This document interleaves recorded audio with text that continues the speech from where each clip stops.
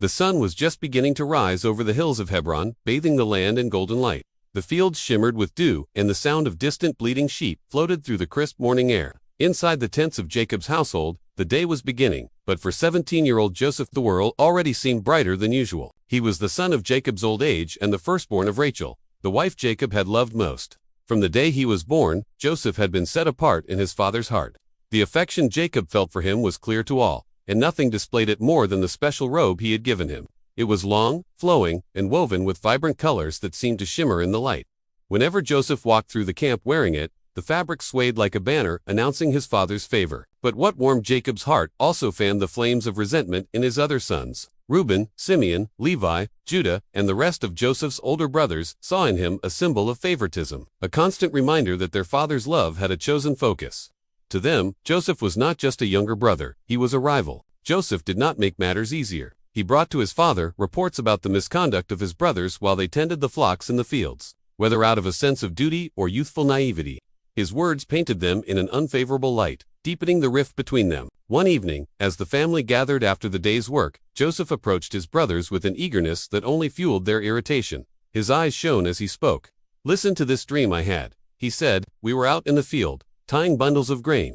Suddenly, my bundle stood upright, and your bundles gathered round and bowed down to mine." There was a long silence before the mocking laughter began.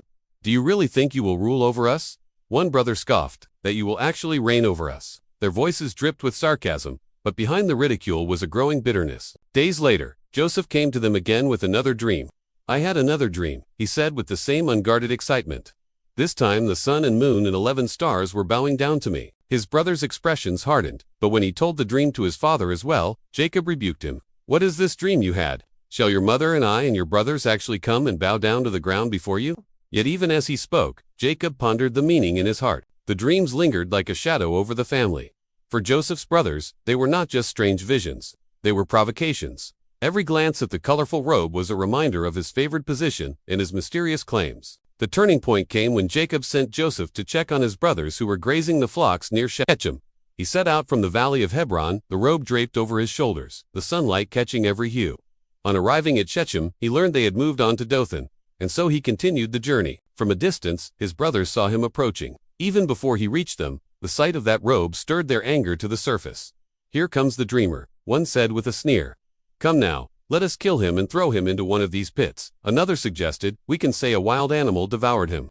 Then we will see what comes of his dreams." Reuben, the eldest, intervened. "Let us not take his life," he urged. "Do not shed blood. Throw him into this cistern here in the wilderness, but do not lay a hand on him." His plan was to rescue Joseph later and return him to their father. When Joseph arrived, they stripped off his robe, the robe that had stirred their jealousy, and threw him into an empty cistern.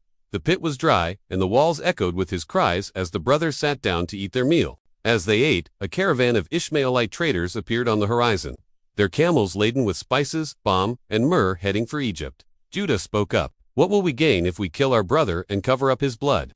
Come, let us sell him to these Ishmaelites. After all, he is our brother, our own flesh and blood." The others agreed. They pulled Joseph from the cistern and sold him for 20 shekels of silver. The traders bound him and led him away, toward the distant land of Egypt. Reuben returned later, only to find the cistern empty. He tore his clothes in grief, realizing the boy was gone. The brothers took Joseph's robe, slaughtered a goat, and dipped the robe in its blood. They brought it to their father, saying, "We found this. Examine it to see whether it is your son's robe." Jacob recognized it immediately. His face collapsed into anguish. "It is my son's robe. A wild animal has devoured him.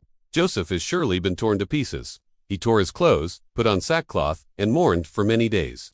No one could comfort him, for he said, "I will continue to mourn until I join my son in the grave." While Jacob wept in Canaan, Joseph was carried to Egypt. The boy who had dreamed of greatness now walked in chains, toward a foreign land, his future uncertain. Yet the dreams God had given him were not dead. They were seeds planted deep in the soil of adversity, waiting for their time to grow. What Joseph could not see yet was that his journey had only just begun. The dreams that had set his brothers against him would one day be fulfilled in a way no one could have imagined. For now, he walked the long road away from home, carrying in his heart the vivid images of sheaves and stars bowing low.